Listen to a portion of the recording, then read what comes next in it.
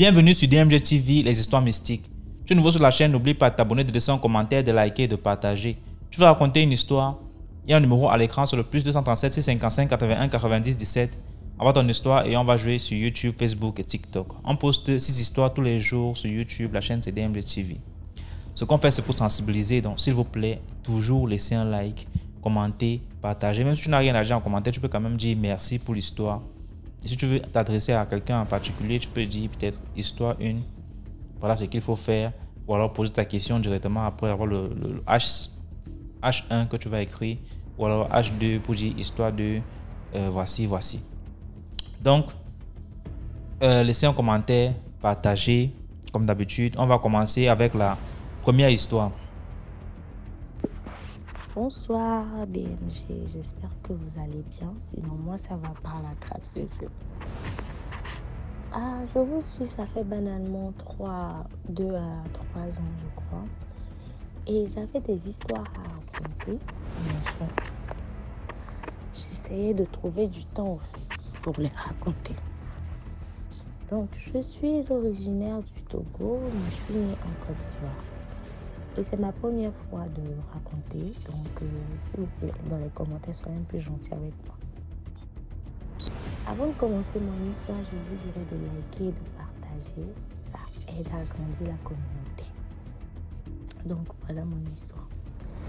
Tout d'abord, commencer l'histoire. Vous voyez, lorsque vous êtes dans des groupes où on envoie des histoires à lire, vu que moi je lis souvent des histoires à lire, et c'est là-bas que j'ai eu l'histoire. Donc c'est l'histoire d'une jeune fille camerounaise. Elle vivait sa vie, elle avait la belle vie et tout. C'est une étudiante, mais elle était tellement matérialiste. Donc à chaque fois les cas qu'elle avait, elle essayait de trouver toujours plus au fait, celui qui va lui donner encore et encore et encore.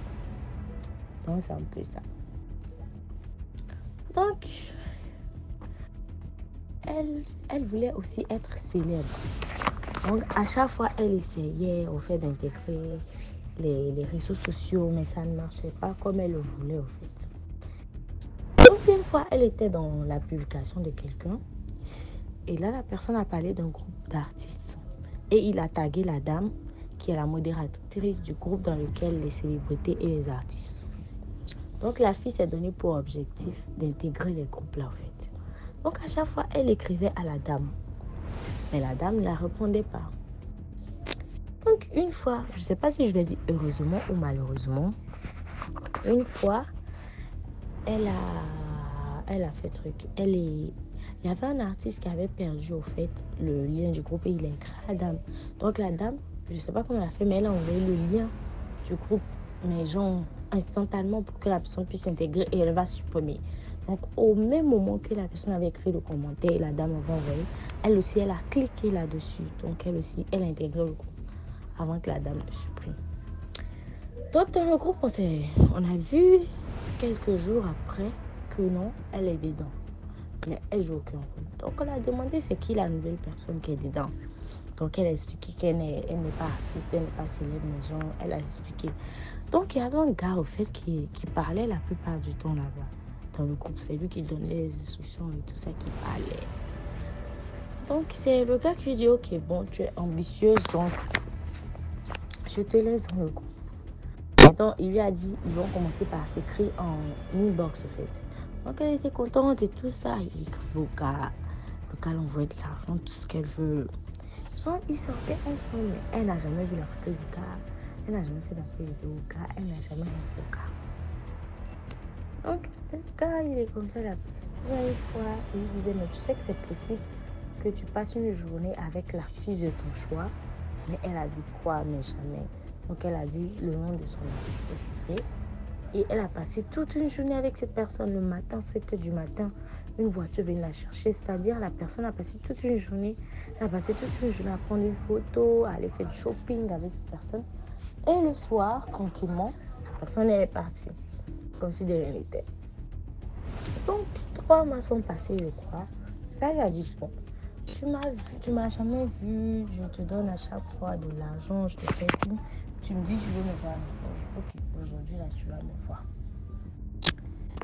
Donc, le gars lui a donné un endroit où se retrouver. Maintenant, la veille du départ, sa mère l'a appelé que non, qu'elle a fait un rêve, donc elle n'a qu'à faire doucement. La fille dit ok, il n'y a pas de souci. Il y avait sa meilleure amie, elle aussi, qui était colocataire. La mère lui dit mais t'as jamais vu une carte, tu acceptes son argent. Moi, je suis matérialiste, mais pas à ce point. Elle et sa meilleure amie, elles se sont chamaillées, tout ça. Et son amie, elle a décidé de quitter la maison.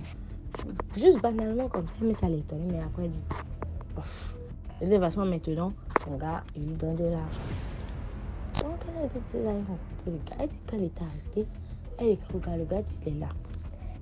Le gars dit, il est là. Maintenant, quand genre, elle entendait un battement, des battements d'elle, en fait. Des battements d'elle, elle a arrêté. Elle lui disait non, c'est un oiseau. Elle me disait que c'est un oiseau, mais après elle dit non. Les battements d'elle là, c'était trop fort. Après c'est tout. Donc, et un coup, voilà le gars qui marchait pour venir. Et il était très beau de loin. Mais au fur et à mesure qu'il avançait, il se transformait jusqu'à avoir des ailes, des cornes et tout ça. Elle, dès qu'il arrivait, elle voulait crier. Elle lui a dit, mais je t'attendais à quoi en fait? Tu t'attendais à quoi? Tu t'attendais à quoi? Son confrère me c'est mon apparence. Le gars lui a dit, ben, t'as déjà tout eu de moi, vu que tu veux être célèbre encore. Donc, c'est à toi maintenant de me dire. Elle dit, mais comment on va faire? Donc, le gars, il a dit d'abord, il va coucher avec elle. Donc, il a couché avec elle, mais d'une telle brutalité que le lendemain, il dit qu'elle était obligée d'aller à l'hôpital de fait. Et il a mis un truc en elle, un serpent. Le serpent, il a pour objectif de tirer, au fait, lorsqu'elle couche avec un gars, quelques semaines après, le gars mourra. Il va mourir de cause normale, au fait. De cause normale. Genre, sans que personne ne sache que c'est elle. Donc, vu qu'elle est belle, puisqu'elle a, et puis maintenant elle a de l'argent, elle est propre, et puis elle a cette facilité-là avec les hommes, donc c'était pas très dur pour elle. Donc, ça a duré comme ça plus de 2 ans. Elle est célèbre sur les réseaux sociaux, elle a plusieurs hommes de famille, elle couche avec lui, elle couche avec lui, elle couche avec lui, elle couche avec lui. Au fur et à mesure, son argent augmentait. Donc ses parents vous sont en train de dire, mais attends, c'est l'école là qui vous donne l'argent comme ça. Elle dit oui, et tout ça, et tout ça. Ses parents disent, ma fille, on se le doit. Mais il y a une fille à chaque fois qui écrivait sur les réseaux sociaux que non, je vais être comme toi, je vais être comme toi, je vais être comme toi. Et elle a fait part au monsieur. Le monsieur a dit, ah mais si elle est comme toi, mais laisse-la intégrer. On verra si elle va supporter. Peut-être elle est ambitieuse comme toi. Donc, le jour, elle a répondu à la fille un jour. Et la fille était contente de tout ça et tout ça. Ils se sont rencontrés, ils ont discuté et tout ça. Je lui ai demandé comment elle fait et tout. Elle a expliqué à la fille, il y a des sacrifices. La fille dit non, il n'y a pas de souci qu'elle va faire. Donc voilà ça. Le monsieur, le jour de la rencontre de la fille avec le monsieur, ils ont pris une chambre d'hôtel. Et là, elle a caché la fille sur le lit. Que le monsieur chante, lorsque le monsieur est venu, la fille l'a vu. Lui a dit de ne pas crier, mais elle est tellement traumatisée qu'elle a crié. Donc elle a crié comme ça, elle est restée sur le lit là-bas. Donc la fille, elle est partie, ils ont abandonné la fille là-bas et tout ça, on est venu les trouver. Je ne sais pas comment ils sont arrangés, mais on l'a pas attrapé quand même. Donc après ça, elle est partie. Arrivé au moment où elle a réfléchi, elle était assise, elle fait plus. Elle fait plus là, arrivé au moment où elle commençait par pleurer. Elle est gros gars, qu'elle veut plus, elle veut plus faire. Le gars il a dit non, c'est ta sentence. Tu seras vivante et tu vas commencer par pleurer. Et comment elle a fait pour se débarrasser? Elle dit la fille n'était pas trop église et tout ça. Son père était très chrétien, ses parents étaient très chrétiens. Ils priaient pour elle, mais elle s'en fichait carrément. Donc, elle commençait par pourrir. Donc, elle a appelé le gars. Le gars a dit ce que tu veux faire, c'est de retrouver les gars et coucher avec eux comme je t'ai appelé. Mais ses cuisses déjà étaient en train de pourrir. Elle mourait. Il lui a dit dans 24 heures, si tu ne trouves pas des gens avec qui coucher, c'est fini. Elle a écrit, il dit 3 personnes. Elle a écrit à plusieurs personnes. Vu qu'elle est belle, les gens la draguent depuis son jeune. La première personne est venue. La première personne a vu, qu'est-ce qu'ils sont dans la maison? Qu'elle sentait. Elle n'arrivait même plus à se lever. Je l'ai été se lever. Quand le gars n'a qu'à coucher avec elle. Quand le gars a levé son ami, il a fait, il a dit, toi c'est comme ça tu es, je te drague et tout ça, il est parti. Ah, seconde personne est venue, même c'est la troisième personne est venue, même c'est la femme. Maintenant, il y avait un gars chrétien qu'il avait écrit, un chrétien. Donc, elle pose ces choses, il écrit à chaque fois Jésus t'aime. Donc, elle me bloque, elle insulte et tout ça. Donc, elle dit, donc peut-être qu'il me drague, c'est pour ça qu'il dit Jésus t'aime. Donc, elle a appelé, lui aussi, il ne sait pas comment s'arranger, il est venu, il était assis et tout ça. Quand elle avait couché avec lui, jamais. Le gars dit jamais. Jamais ne va coucher avec lui. Quand elle veut coucher avec lui, le gars dit jamais ne va coucher avec lui. Ah. Donc le gars a commencé par lui demander tout ça. Il a fait tout ça, de se couler et tout ça. Le gars il a dit, tu entres la vie et la nuit. Soit tu restes comme ça, soit tu continues. Donc au fur et à mesure, elle priait beaucoup. Elle savait que déjà elle allait mourir. Et le gars, il faisait que le gars ne faisait que harceler l'autre gars en fait. Il faisait que harceler et tout.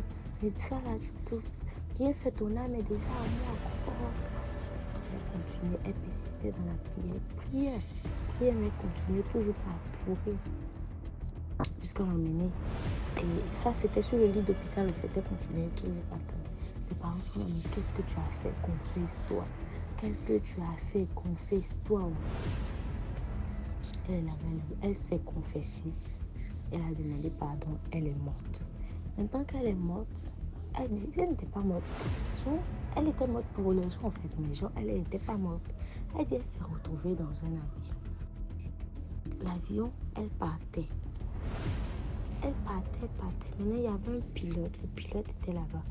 Et les gens, genre, tout le monde est là-bas en train de la pointer du doigt, mais qu'elle va où elle va. Elle dit, mais elle aussi, elle s'en va avec eux.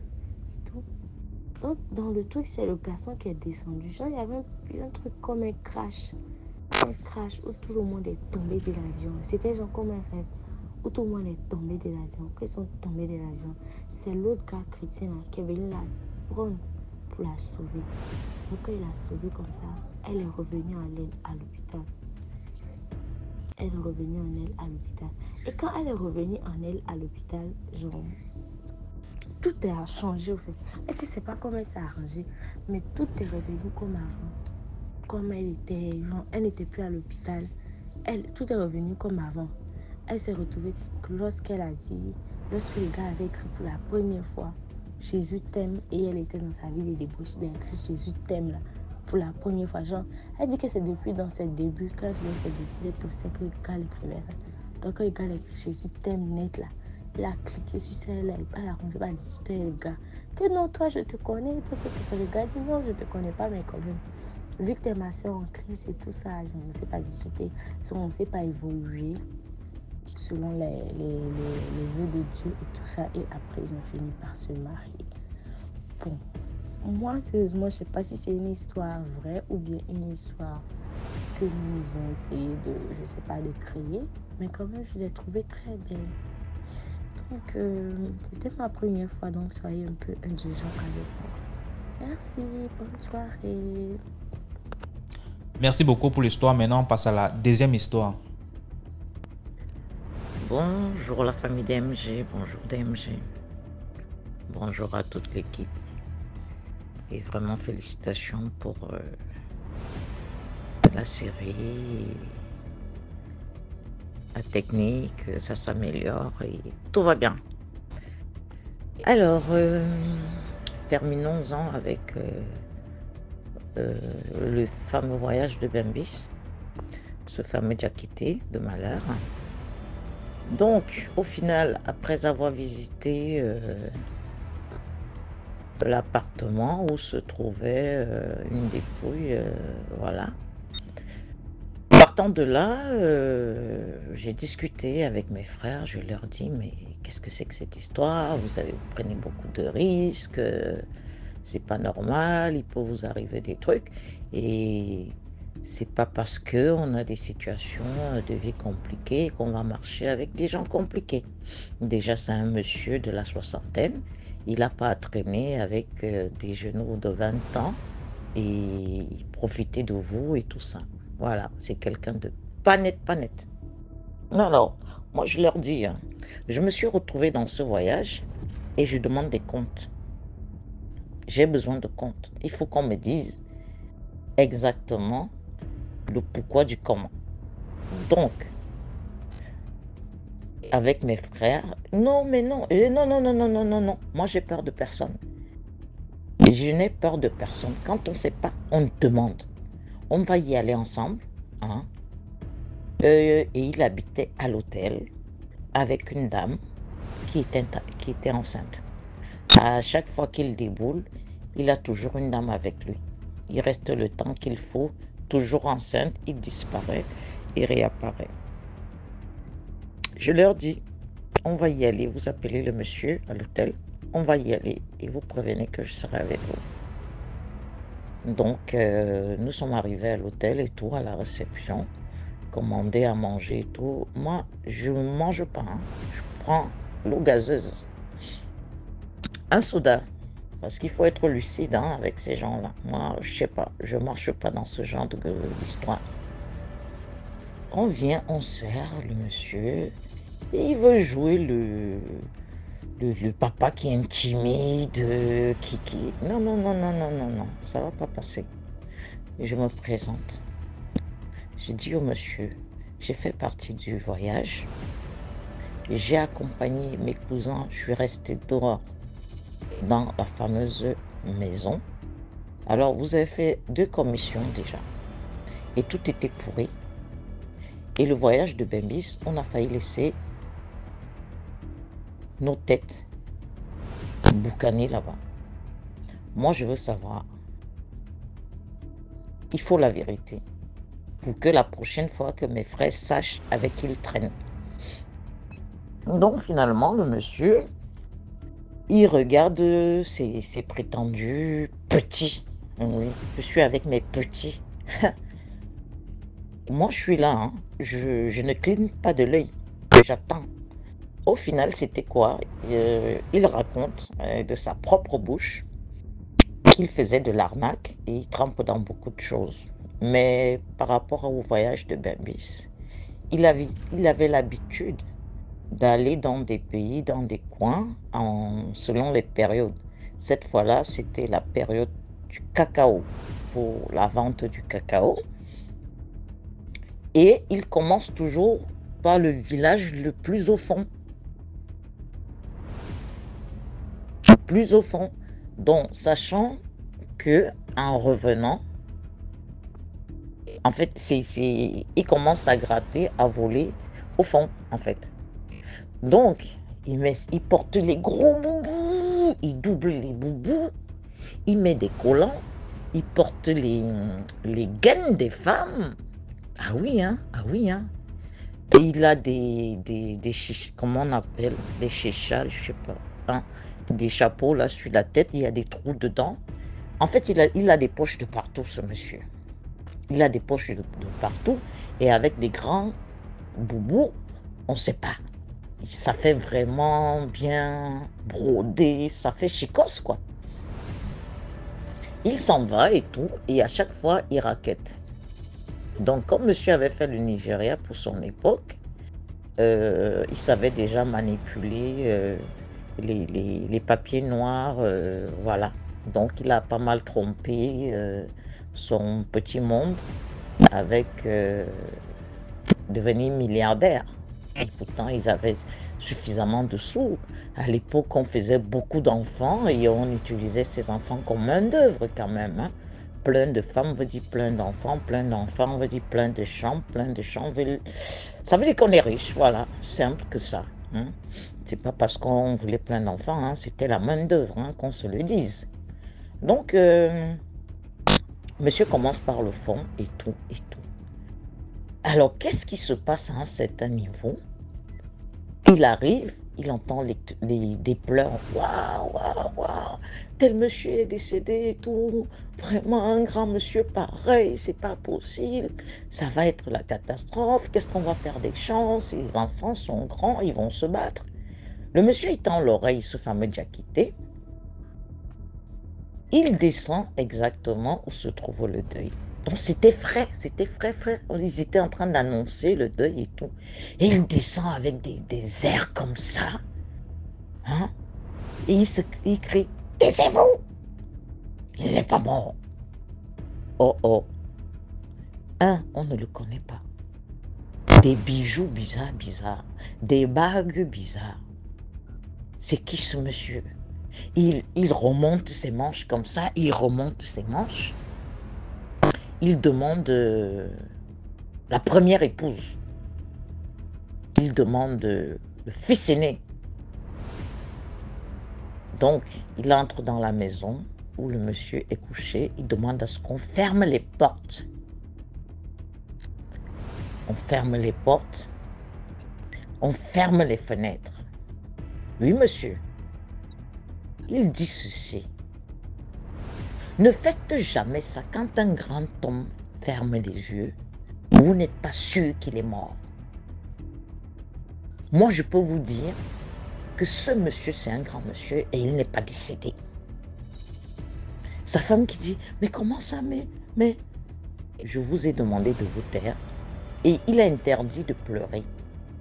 Donc, que le fils aîné aille demander à tout le village de ne pas pleurer, que personne ne touche, tous, et qu'on arrête de dire qu'il y a deuil. Voilà. Jusqu'à preuve de contraire, il n'y a pas deuil. Personne n'a vu son cadavre. Quelques-uns ont touché. Bon, ça va comme ça, c'est pas grave. Voilà. On referme la porte. Il entre dans la chambre. Le monsieur était encore tout chaud. Il tripote le monsieur devant sa femme et son fils aîné devant la vieille. À ce qui paraît, je ne sais pas c'est quoi les techniques, ou des tai chi, ou quoi, des techniques qui viennent d'Asie. Il tripote le monsieur au niveau de la tête et, enfin, au niveau du cou et des épaules. Et ça fait bouger, en fait, ces nerfs-là, c'était, en fait, il n'était pas encore raide. Donc ça a fait bouger le monsieur. Le cadavre a bougé et tout. Ah, il n'est pas mort et tout. Taisez-vous, il faut qu'il revienne. Il a demandé quelques trucs à la con. Ils sont allés chercher. Il a demandé combien ils avaient rassemblé parce que ce travail-là n'est pas simple. Il travaille avec des génies. Il est obligé de partir jusqu'en Inde, hein, pour aller négocier et tout. Il raconte des choses terribles. On a rassemblé tous les sous, tout ce que le monsieur a vendu. Ses frères même ont mis la main dans la pâte. Parce qu'il était riche le monsieur. Ils ont rassemblé tous les sous, ils ont donné à Diakité. Diakité a pris les sous, on l'a laissé dedans avec le corps. Il a fermé toutes les fenêtres. Et entre-temps, il s'est assuré que les fenêtres donnaient bien. Il n'y avait pas de maison derrière, il fallait qu'il voie une porte de sortie de toute façon. Tout le monde, on a pris tout ce qu'on pouvait prendre, on a déposé là dans la chambre. Il est resté seul avec le corps. Diakité a pris tout cet argent. Il l'a porté sur lui, il a tout emballé dans ses collants, dans ses gaines, dans tout. Il avait du scotch, il a scotché sur lui. Monsieur est sorti par la fenêtre, il est entré dans la brousse. Donc eux, ils savent qu'il a disparu. Ils ont attendu 1 jour, 2 jours, 3 jours, parce qu'il leur a bien demandé d'attendre 3 jours, c'était le délai. Si après 3 jours, il ne revient pas, qu'ils ouvrent la porte, c'est que vraiment les génies n'ont pas voulu. Mais si ça se passe bien, le même soir, il est là. Voilà comment ce fameux Diakité est parti. On ne sait pas comment il a eu à faire. On a trouvé le cadavre, c'est l'odeur et tout ça qui a ameuté tout le monde et il ne s'est pas arrêté là. En sortant par où il était, il a pu sortir pendant des jours en chemin. Il a continué. Il a continué à faire du sale boulot et apparemment, il y a des enfants qui ont disparu. Voilà. Voilà l'histoire où je me suis retrouvée embarquée à voir des revenants disparus, pas disparus. Je me dis quand même que c'est le bon Dieu ou les ancêtres qui étaient en train de nous prévenir pour dire, voilà, n'y allez pas les enfants, il y a la mort qui vous attend. Parce que deux crevaisons au même endroit, c'était pour vous dire, rentrez, n'y allez pas. Donc des fois, il y a des signes. C'est pas parce que on a vu un revenant, c'est pour quelque chose. Voilà, on a vu un revenant, c'était quoi le signe? Qu'est-ce que ça voulait dire? C'est les questions qu'il faut se poser. Donc je vous remercie, c'était la fin de l'aventure de Bambi. C'était terminé pour moi les aventures pareilles.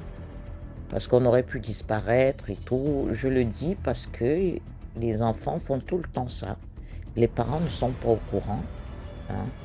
Un cousin qui dit viens on s'en va là-bas, accompagne-moi machin. Voilà. Si un monsieur d'un certain âge il est là, oui ce sont mes bons petits, mes bons petits. Qu'est-ce qu'il fait avec ces bons petits? Ils sont bons pourquoi? Ils sont tes petits, vous n'êtes pas parentés. Parce qu'il leur envoie faire du sale boulot. Et il faudrait mettre l'œil dessus. C'était la fin de Diakité. Troisième et dernier épisode. Merci. Au revoir. Merci beaucoup pour l'histoire. Maintenant, on passe à la troisième histoire. Bonsoir DMG, je me nomme le personnage anonyme. Ce soir, je viens vous conter une histoire.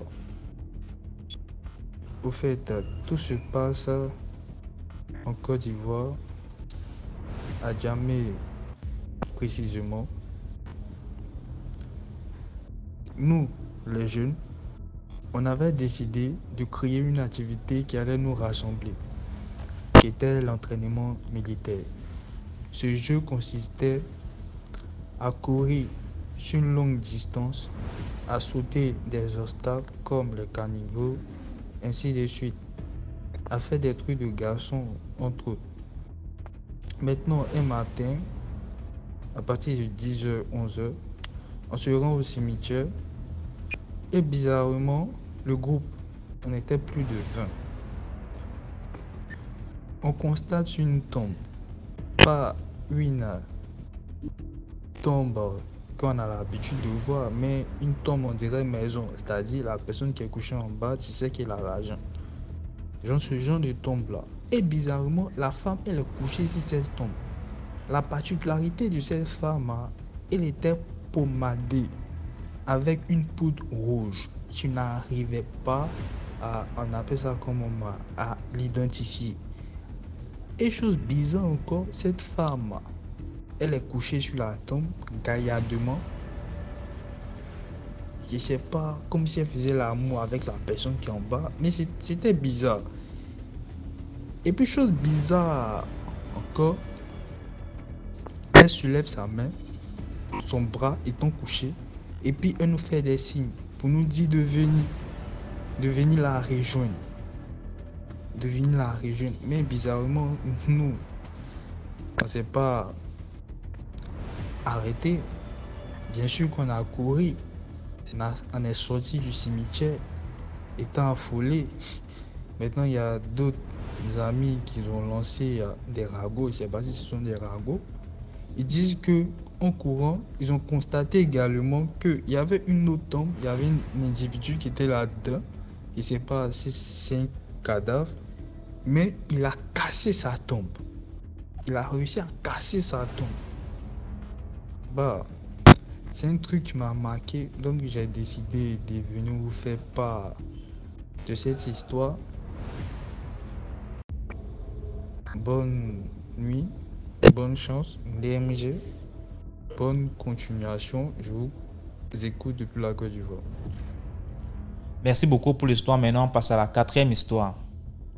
Bonjour à toute la communauté DMG, j'espère que vous allez bien. Moi, ça va parfaitement mieux. Je vais vous raconter mon vécu, qui a pour titre les conséquences, corrige mieux que les conseils. Je suis de nationalité gabonaise et j'ai rencontré un gars nigérien. Tout allait bien. Voilà, c'était à merveille. On a fait notre premier enfant. Mais les parents ne voulaient pas de cette relation. Les parents ne voulaient pas de la relation. Nous avons forcé jusqu'à ce que j'ai eu le deuxième enfant. C'est comme ça comment nous décidons de partir. Il a perdu son père. Il décide de voyager. Il m'a laissé avec les enfants et son petit frère. Au bout de 2 mois, il m'appelle, il dit non, tu vas venir avec les enfants. Voilà. Tout ce que tu as là-bas comme chose, il faut partager. J'étais encore dans l'effet de l'amour, tout ça là.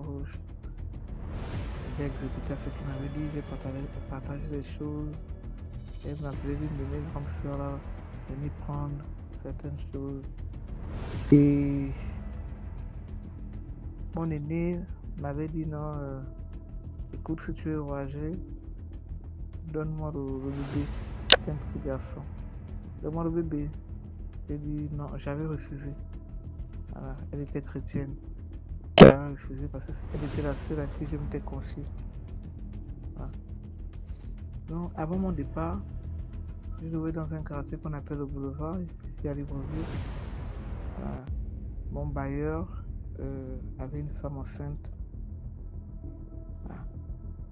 La femme enceinte, la question ne riait jamais, toujours en colère, jusqu'à ce que elle meure. Et moi, j'étais dans la pièce à côté, dans la chambre d'à côté. La maman a été décédée. Ça là, je n'étais plus à l'aise. C'est pour ça que moi, j'avais expliqué à mon ami que non, la maman qui était à côté de moi, là, elle est décédée, tout ça, mais moi, je ne dors pas la nuit, l'enfant aussi me fait pleurer, tout ça là. C'est là où il a envoyé l'argent. Quand il a envoyé l'argent, 3 jours après, voilà, je suis allé à l'ancien port. Et le billet. Là, il monte en 2010. Vous allez payer le billet. Ça, comment, avec mon beau-frère toujours, mon petit beau-frère. C'est pour ça que le moment est arrivé de voyager. Voilà. Nous avons voyagé en bateau. Arrivé dans le bateau on fait un jour. Le deuxième jour, le bateau tombe en panne. Nous sommes au milieu de l'océan Atlantique. IMG. Tu regardes à gauche, à droite, pas d'arbres. Le ciel et la terre, tu as comme l'impression que le ciel et l'eau, c'est la même chose. Les gens s'agitent, ça là. Il y a une petite Nigérienne dans le bateau qui jure qu'elle va aller plonger dans de l'eau. Voilà, les mauvais esprits quoi dans le bateau. Mais mon enfant n'a cessé de pleurer, le bébé. Il a pleuré. On a fait la passation avec les femmes du bateau là. Chacun prenait l'enfant à son tour. Je sais de calmer l'enfant, rien. C'est comme ça que moi, le 3e jour, ils ont envoyé des petits pirogues là venir prendre les gens pour retourner au port de Libreville. Moi j'ai regardé les pirogues, j'ai dit je peux pas monter dedans. Voilà. Je préfère mourir là, je peux pas monter dans les pirogues là. C'était comme ça. Au 5e jour, toujours dans le bateau, ça commence. Un blanc est venu du port de Libreville, je sais pas. Il est arrivé, il s'est déshabillé là, il est rentré sous l'eau pour aller ranger le bateau. Et c'est comme ça que le bateau a démarré. Quand le bateau démarre, le lendemain, on arrive au Nigeria. Arrivé au Nigeria, fallait prendre une voiture pour aller à la ville où je partais, la province où je partais. Il fallait prendre le bateau pour y arriver. Et la voiture, la chose qui a été faite, c'est bien arrivé. J'ai trouvé ma belle-mère. C'était la joie. C'était vraiment bien. Puisqu'il ne parle pas français. Comme par hasard, mon ami m'avait présenté à un de ses amis. Et ses amis avaient une femme camerounaise qui parlait français, Gloria. Voilà. Je me suis familiarisé à elle. Donc à chaque fois quand j'avais rien à faire, je partais chez Gloria puisque je ne parlais pas encore anglais en ce moment, ni la langue je ne comprenais pas.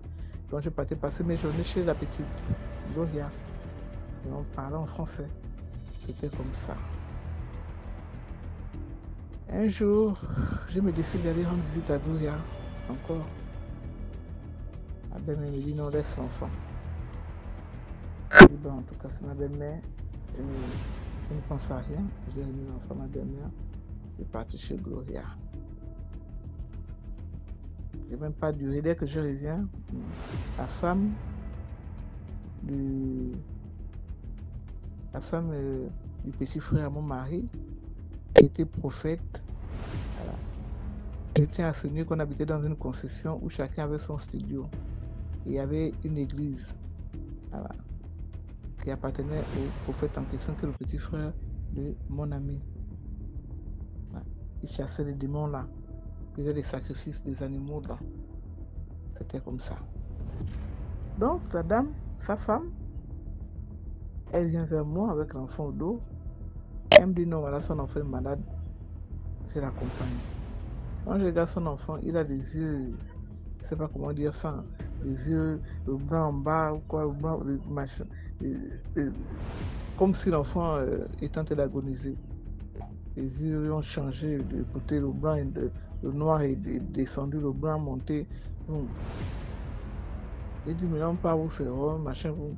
Elle comprend, il m'a cherché le médicament. Comme elle est infirmière, elle avait une pharmacie. Moi, je me suis dit qu'on partait à sa pharmacie. C'était un peu loin, très loin de la maison, dans un autre quartier. Je me suis dit que c'était ça. J'ai pris mon enfant, j'ai attaché au dos. Ils sont partis. Arrivé là-bas, elle prend l'enfant. Elle prend son enfant là-dedans. Arrivé là-bas, on rentre dans un grand portail où il y avait le drapeau du Nigeria. On rentre, on voit une dame et tout machin. Il y avait beaucoup de fous attachés avec des grosses cordes, des chaînes, tout ça là où. Je suis étonné. J'ai dit, mais tu as dit qu'on veut. Oh, c'est ici, oui, c'est venu soigner l'enfant. J'ai dit, mais tu m'as pas dit que non, tu venais soigner l'enfant. Tu m'avais pas dit que tu venais soigner l'enfant. Tu m'as dit non, je t'accompagner. Alors, laisse. Ok, on a eu devant la dame et tout machin. J'ai mon enfant au dos DMJ. J'ai senti, c'est comme si on m'arrachait quelque chose par le dos. Et l'enfant aussi manifeste à l'instant. Quand j'enlève mon enfant au dos, je vois qu'il a les mêmes yeux que l'enfant de ma belle-sœur. C'est comme ça comment la dame dit, déposez vos enfants au sol, ils ont la même maladie. Déjà, je commence à tiquer, je panique, je dis non. Quand je suis quitté mon enfant à la maison, l'enfant n'était pas malade. Mon enfant n'était pas malade. Elle me dit, si ton enfant est malade, et la dame est grande même, dépose ton enfant, il est malade. Elle a fait une potion là, elle a fait boire aux enfants. Et après, on nous a dit, ramassez vos enfants, allez-y. Là, comme on a ramassé les enfants, on est rentré à la maison. DMJ. Depuis ce jour, l'enfant n'était plus doué parce qu'on avait déjà arraché l'esprit. Comme j'apprenais même pas à parler le français et la langue, je suis allé chez une dame qui ne faisait pas d'enfant derrière chez nous. Voilà, une maman bien, voilà. Elle était vraiment aisée et tout machin. Je partais souvent là-bas à raconter comment elle aimait mes voix. Voilà. J'essayais un peu de raconter l'histoire, d'apprendre la langue, c'était comme ça. Je suis allé chez la maman, j'ai expliqué. Elle me dit, hey, ma fille, qu'est-ce que tu as fait comme ça là? Est-ce que tu sais que non? Elle a fait échange. She do exchange. Elle a fait échange avec ton enfant. J'ai commencé à paniquer. Le père n'étant pas là, parce que nous on était dans une autre province, le père avait fait un tour à Lagos. Aller voir les travaux de sa maison qu'il est en train de construire. Voilà. C'est comme ça qu'on m'en rend. Quand la dame m'a dit ça, je viens à la maison. En chemin, je rencontre une autre infirmière aussi, puisqu'il y avait aussi une femme infirmière dans le quartier. Voilà. Puisque je pleurais en route, elle me demande c'est comment je l'ai expliqué. Elle me dit non, ils ont fait échange avec l'enfant là. Il faut déjà appeler ton mari et vous trouver la solution rapidement. IMG. C'est trop tard. J'ai appelé monsieur, j'ai expliqué à monsieur. Il a pris la voiture et est venu à la maison. Quand mon mari est arrivé à la maison, il a commencé à faire le tapage. Que si on ne lui rend pas les sous de son enfant, il va brûler la maison. Mon mari s'est mis à poil. Il a ouvert le portail. Les gens qui passaient, ils sont là, ils sont venus regarder tout ce qui s'est passé. Le désordre que mon mari est en train de faire à cause de l'enfant. Que je vais expliquer quoi à ses parents. Déjà que je l'ai emmené, je n'ai même pas dit à l'un de ses parents. Vous voulez que j'aille dire quoi là-bas? Rendez l'esprit de l'enfant là, avant que je brûle ici là. C'est comme ça que moi, son grand-père, son grand frère, puisqu'ils étaient tous retrouvés, ils se sont tous retrouvés, ceux qui étaient en étranger aussi. Voilà. Et son grand frère qui était en Belgique, qui vit en Belgique, voilà, m'avait dit, écoute, ici là, quand on arrive quelque part, on ne connaît pas les gens et tout machin, on se met dans son coin. Tu es venu avec ton enfant, tu as commencé à rire avec les gens ici là, on ne joue pas avec un bébé. Ici, on ne joue pas avec un bébé. Voilà maintenant que l'enfant est malade, on ne sait pas ce qui se passe. Le deuxième jour de maladie, le père a vu que non, ça ne va pas. On a pris l'enfant. On allait loin. On a marché. Il n'y avait pas de taxi ce jour-là. Il n'y avait pas de taxi. On a marché. On a tourné toute une grande poubelle. Toute une grande poubelle tournée. Aller dans les bas-fonds. Pour aller chez la dame qui soigne. Arrivé chez la dame qui soigne, elle a fait. Puisque depuis ce jour, l'enfant ne dormait plus. Il pouvait pleurer là de 19h jusqu'à 5h du matin. On faisait la passation, chacun prend. Mais je tiens à souligner que, avant ça, j'avais vu mon beau-frère dans ma chambre, en soutane blanche, devant mon lit. Et après, il a disparu. Voilà. Donc, c'était ça. Maintenant, nous avons tourné, comme je disais, vous m'arrivez chez la dame. Elle a commencé à faire l'enfant le médicament, elle a fait le lavement, l'enfant a essayé d'évacuer là. Voilà, et puis il s'est endormi. Et au bout de 18h, nous a dit non, prenez l'enfant, allez-y. Ça va aller. Monsieur et moi, nous avons pris l'enfant, demi-tour à la maison. Dès qu'on arrive à la maison, il met l'enfant dans sa baignoire. L'enfant est un enfant qui était turbulent, qui jouait beaucoup. À 9 mois, vraiment très éveillé. L'enfant ne jouait plus. Il met vraiment de l'eau. On lui a mis dans sa cuvette, dans sa bassine, sa baignoire. On a mis de l'eau. Rien, il ne jouait plus avec de l'eau comme avant. Il nous regardait seulement comme ça. Il avait déjà fermé la bouche. C'est comme ça comment dépasser. Mon mari me dit non, il va aller voir quelqu'un. J'ai dit ok. Quand il est parti, moi aussi l'enfant dormait. J'ai dit à ma petite belle-sœur que l'enfant dort. Voilà. Je vais vite au marché de la viande là. Je vais aller chercher la viande pour préparer. Il m'a dit ok, ne dure pas, parce que si c'est vrai, il va encore pleurer. J'ai dit d'accord. Mes chers lecteurs, ce que je vous raconte, c'est mon histoire à moi-même, rien d'inventé.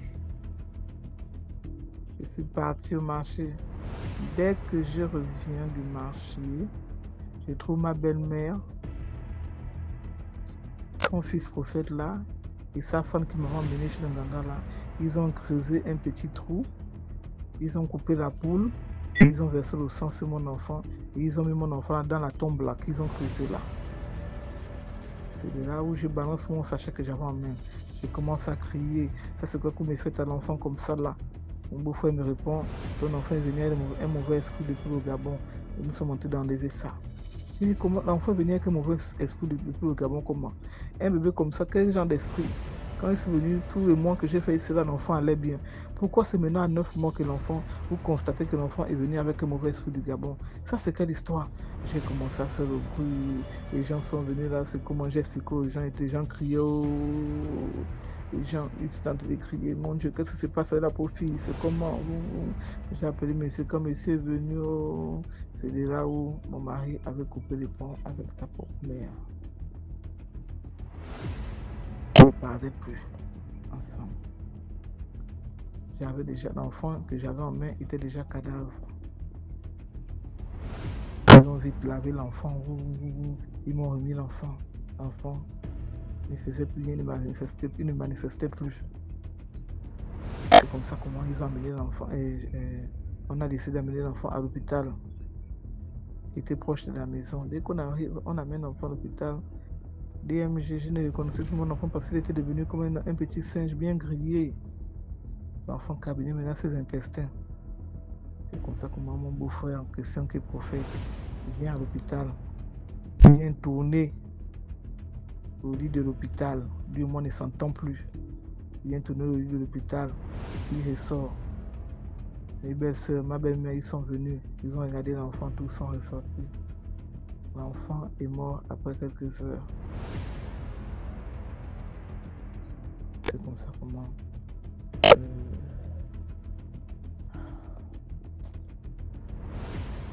Quand l'enfant est mort, le médecin a remis le corps à mon mari.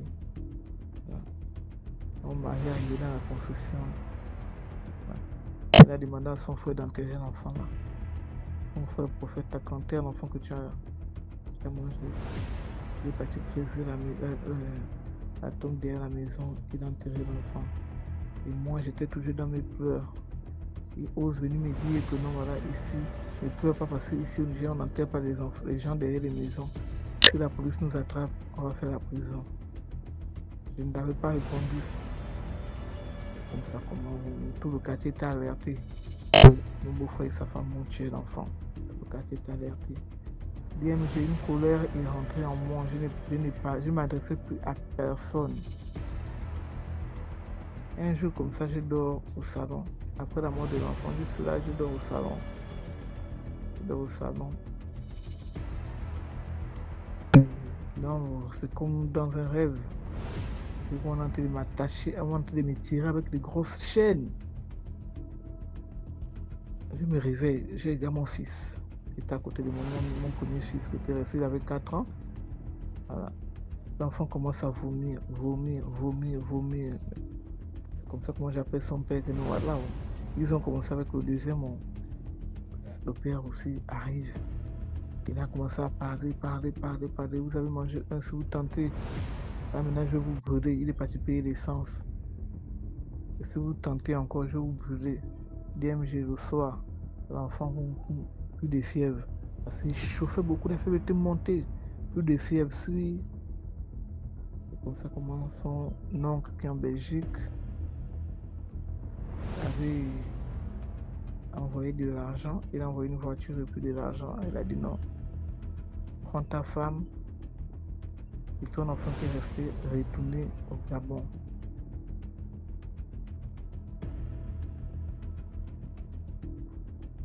On n'avait pas tardé. Hein. 3 jours, on avait tout abandonné. 3 jours que je suis là. J'ai attaché mon fils au dos. J'ai pris une valise à la tête.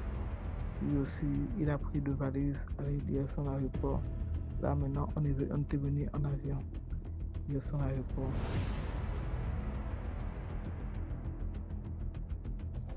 Dès que j'arrive chez mes parents, Vraiment, c'était triste parce que tout le quartier chez mes parents, ils connaissaient mon bébé. Vraiment, quand c'est arrivé, les gens commençaient à crier, oh, on a compris ton histoire. Oh. Donc tu es parti faire tuer le beau bébé là, maman, le bébé métis là, mon Dieu, tu es parti faire tuer l'enfant là au Nigeria. C'était vraiment la honte. Et j'étais vraiment maigre parce que quoi? Non seulement j'avais peur de l'enfant, j'étais vraiment maigre. Et comme par hasard, quand l'enfant meurt, quand mon fils meurt, le retour de couche, ça c'était déjà le stress, le retour de couche. Et c'est comme ça que moi j'avais ramassé la grossesse. Depuis là-bas, je ne savais même pas que j'étais enceinte. Voilà. Quand je viens là, les parents parlaient là, ils ont chassé le père de mes enfants. Va chez toi. Je ne veux pas te voir. Merci de nous avoir amené notre fille. Voilà. Et le petit garçon là, il ne le verra jamais. Car tu as tué pour toi au Nigeria. Comme ça, comment il est parti. Il était parti. Quand il est parti, on continue à se voir en cachette. Il s'occupait de son enfant en cachette. Du garçon en cachette. Jusqu'à ce que bon, la grossesse a commencé à sortir. 2 mois, 3 mois. Mes parents disent quoi? Donc je suis même venue enceinte. On va enlever ça. Les parents m'avaient remis de l'argent pour aller enlever. Et Dieu m'entend, je suis parti, j'ai bourré l'argent. J'ai dit, ah Seigneur, si j'enlève l'enfant là, peut-être c'est mon dernier enfant que je fais. Comme ça, comment j'avais parlé, je fais comment? Je suis parti, j'ai bourré l'argent en question. Je suis revenu, j'avais dit à mes parents que non, oui, on m'a fait l'injection. J'attends que la grossesse sorte. Ils ont attendu, rien. Le bon n'a fait qu'évoluer. Ma mère s'est découragée, elle m'a dit bon, laisse tomber. Tu vas faire comment puisque mon acheté la grossesse j'ai avancé, tu peux prendre les risques. Laisse tomber. Je suis resté comme ça. Ah, bien manger.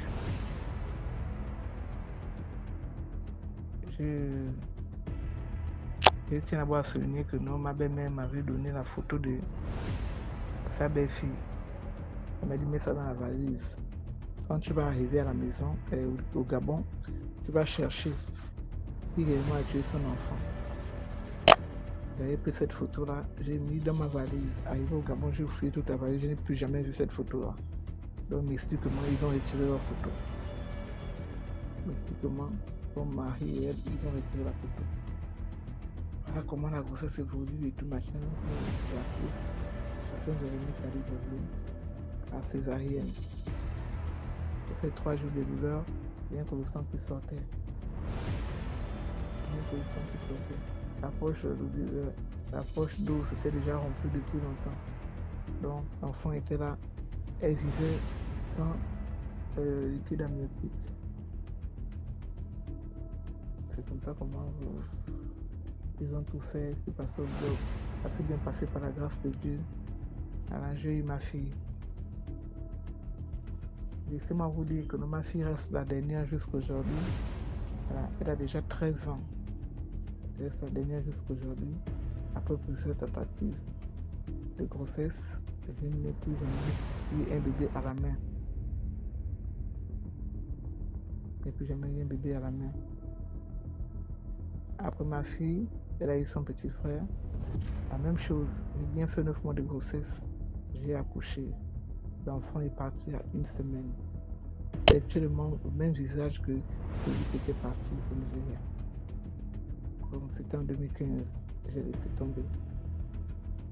Et après, après ça, j'ai fait une GU. Elle est pratiquement 1 an aujourd'hui. Bon.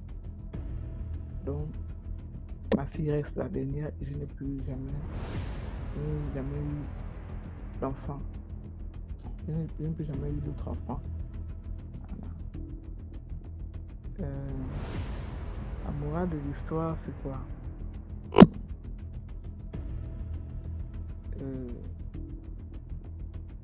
Quand vous décidez de faire les choses vous-même, la vie vous corrige. Je pense que si j'aurais eu la bénédiction de mes parents avant de quitter le Gabon, je pense pas que tout ça devait m'arriver. Ils ont vu que je suis venu non seulement sans vêtir à mes parents, c'est que j'étais comme pour eux un enfant abandonné. ils m'ont eu. Et ma prière, jusqu'à aujourd'hui, était que cette femme n'aurait plus jamais des enfants. Et Dieu a exaucé ma prière. Et à ce Japon qu'on a enlevé l'utérus, il n'a fait que payer les enfants. Comme il a l'argent, il n'a fait que payer les enfants pour garder. Mais laissez-moi vous dire que son petit garçon, la manière qu'il aime mon mari, à chaque fois que nous, il part au Nigeria, voir ses frères et sœurs, le petit là est toujours avec lui. Toujours avec lui. La manière qu'il aime le père de mes enfants, je vous assure que non, vous n'avez pas idée. Donc, il faut vraiment écouter les conseils des parents. Ouais. Ce qui m'est arrivé, c'est parce que j'étais un enfant têtu. Si j'avais bien dit au revoir à mes parents, ça ne devait pas m'arriver. Voilà, c'était ça mon histoire. Et laissez-moi vous dire que non, jusqu'aujourd'hui, rien ne va chez nous. Rien ne va chez nous DMG. Aujourd'hui on a l'argent, demain un problème c'est prendre tout l'argent part. Aujourd'hui on a un petit 5 francs, c'est comme ça. C'est comme ça. C'est comme ça là. Dès que j'ai même 5 000, si les 5 000 n'est pas fini, mon cœur ne reste pas tranquille. Jusqu'aujourd'hui. Aujourd'hui j'ai 40 ans d'âge. Et c'est ce que j'ai subi. Ils ont dit à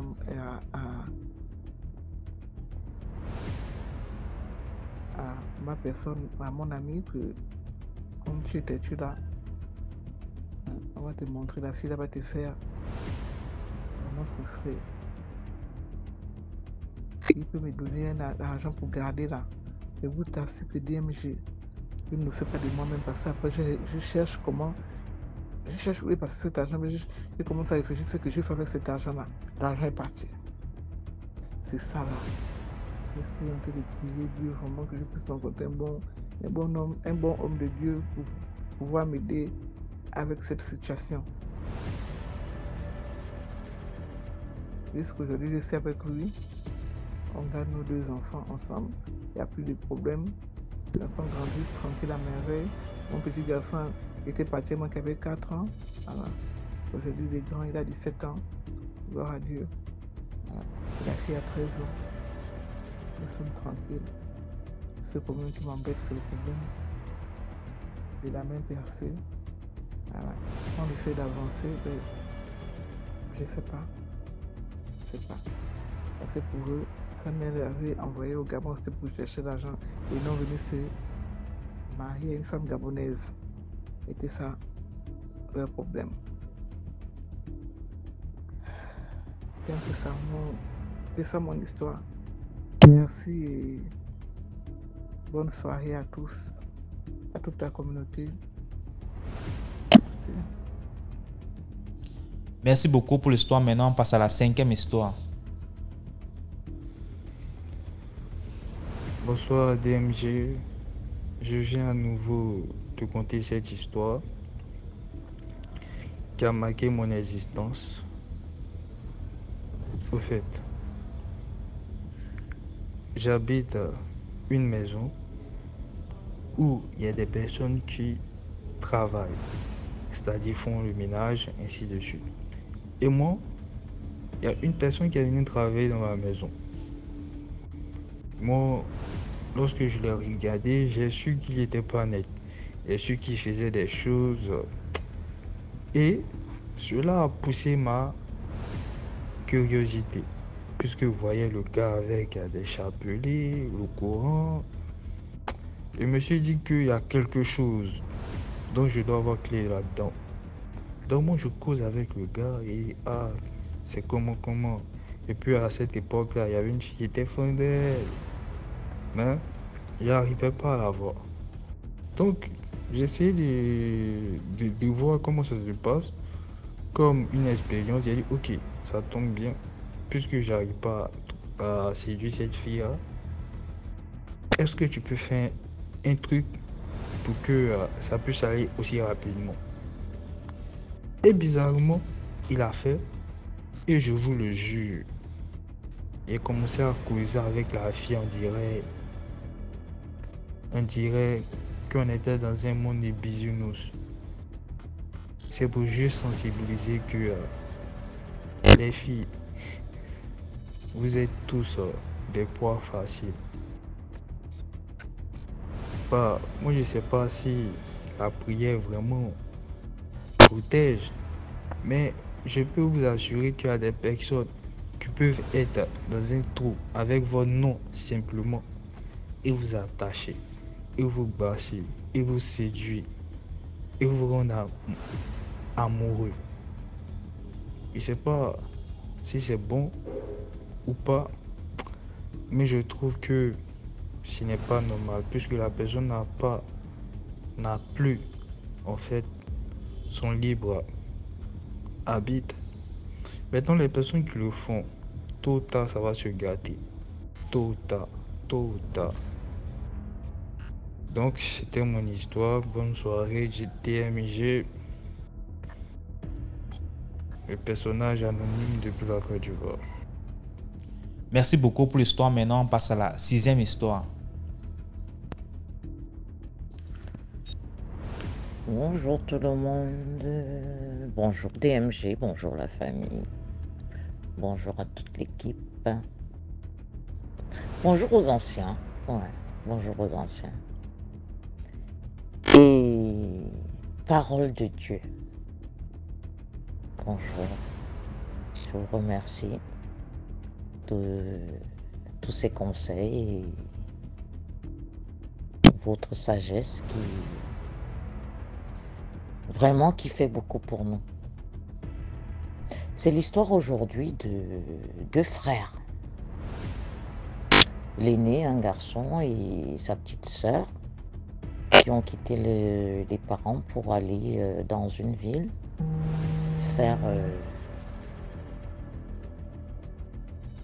faire continuer les études. Donc normalement, ils ont pris, les parents ont pris un appartement de 2 chambres pour eux, sachant que l'aîné va veiller sur la petite sœur. Et la petite sœur a commencé un peu à traîner avec des filles. En fait, c'était toujours la dernière à rentrer tard. Son frère était là, il veillait sur elle et tout. À chaque fois, il vérifie la porte, t'es bien rentré, rentre pas trop tard et tout. Voilà, le rôle d'un grand frère. Sauf que cet appartement-là était face à une brousse. Vraiment face à une cambrousse. Et voilà quoi, ça donnait vraiment face à une brousse. Alors une fois, sa sœur revient encore tard. Il papote au salon et tout. Et finalement, lui, il a des devoirs et tout, et la sœur décide d'aller se coucher. Quand la sœur va se coucher, il commence à somnoler.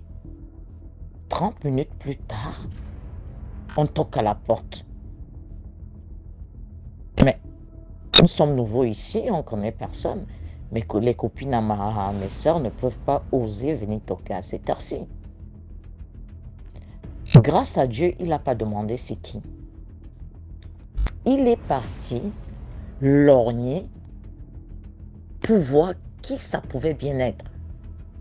Ils étaient nouveaux dans le coin. Il semble voir sa sœur.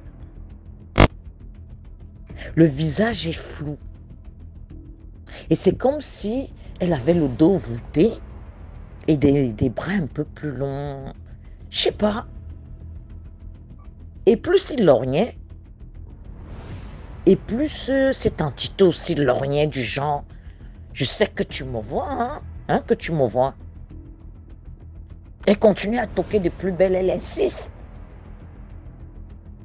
Le frère se dit, mais attends, les 30 minutes de somme, ma soeur n'est pas sortie, elle me prévient. Et puis, comment elle a fermé? Bon, il se lève. Il va dans la chambre, il voit sa sœur en train de dormir profondément. Il s'est dit, waouh. Monsieur repart encore lorgner, cette fois-ci, elle avait bien pris les traits de sa sœur, mais en plus méchante, avec un genre de sourire. Un genre de sourire, c'était trop large, ce sourire-là. Il était trop large. Il était trop large, ce sourire. Ce sourire, il était maléfique. Donc, cette entité essayait d'imiter sa sœur. Et comme lui, il n'avait pas confiance, l'entité a compris que le garçon n'allait pas ouvrir la porte. L'entité a compris que, voilà quoi, c'était mort. Elle a commencé à tambouriner sur la porte. Et lui, il n'a même pas dit « Oui, qui êtes-vous? Je ne vais pas vous ouvrir, entrez. » Il n'a rien dit. Il est resté à lorgner. Et l'entité était en train de lui pointer du doigt du genre. Finalement, il est parti s'asseoir en tremblotant. Il ne savait pas ce qui se passait et tout. Il a attendu un tout petit peu pour écouter s'il y avait des pas en fait. Et il n'y avait pas de pas. Il repart lorgner. Il ne voit personne. Il se dit ouf, elle est partie. Ah! Il ouvre la porte, comme les jeunes font souvent du genre, qu'est-ce que c'est, qu'est-ce que c'est? Il ouvre la porte, il ne voit personne. Et quand il se retourne de l'autre côté, il voit l'entité qui était bien de l'autre, face à, comment dire, du côté de la brousse, mais un peu plus de l'autre côté. Alors là, il s'est dit, mon Dieu, il a fermé la porte, il est rentré, il a secoué sa sœur. Il a tout raconté à sa sœur. Sa sœur était dans les vapes. Il dit, mais qu'est-ce que je pouvais bien foutre dehors? Moi, j'étais déjà couché. J'étais déjà couché. Donc, ils ont compris que cette brousse-là, ce coin-là, je sais pas, est-ce qu'il y avait un cimetière en face? Parce que si des entités commencent à venir toquer à la porte, faut bouger de là, quoi, en fait. La maison, la petite maison était assez isolée, le studio à 2 chambres, c'était assez isolé. Et ils se sont même pas renseignés avant. Hein. Ils ont trouvé, c'était rare de trouver un studio avec 2 chambres, voilà quoi. Donc ils ont dû bouger de là, ils n'ont jamais su ce que c'était. Mais vraiment l'entité était en train de prendre la forme de sa sœur. Donc, s'il restait longtemps à regarder, si ça se trouve, imaginez un peu, sa sœur était rentrée et lui, il ne savait pas, ou alors il est rentré en dernier. Il aurait ouvert la porte et je ne sais pas. Bref, n'ouvrons pas la porte à n'importe qui. Même poser la question, qu'est-ce que c'est qui, c'est... Voilà. Rassurons-nous déjà, allons regarder avant de même poser la question, c'est qui? Juste cette question-là, ça peut nous amener très loin. Parce qu'il y en a qui ouvrent la porte directement, où tu entends ta soeur qui te dit, c'est moi. En sortant du sommeil, il aurait pu ouvrir. Hein? Il entendait la voix de sa soeur, c'est qui? C'est moi. Ah ben hop, il finissait dans la panse de... On ne connaît pas la suite. Donc c'était juste une petite histoire, comme ça, pour ne pas ouvrir la porte à n'importe qui. Je vous remercie. Maintenant, j'ai compris la leçon. Hein. Je ne veux plus aller très loin dans les détails. Merci à tout le monde. Au revoir. Merci beaucoup pour l'histoire. Voilà, c'était tout pour aujourd'hui. J'espère que tu as aimé la vidéo d'aujourd'hui. Sinon, laisse un commentaire, like, partage. Si tu n'es pas encore abonné, abonne-toi. On se prend demain 12h pour une nouvelle vidéo. Ciao.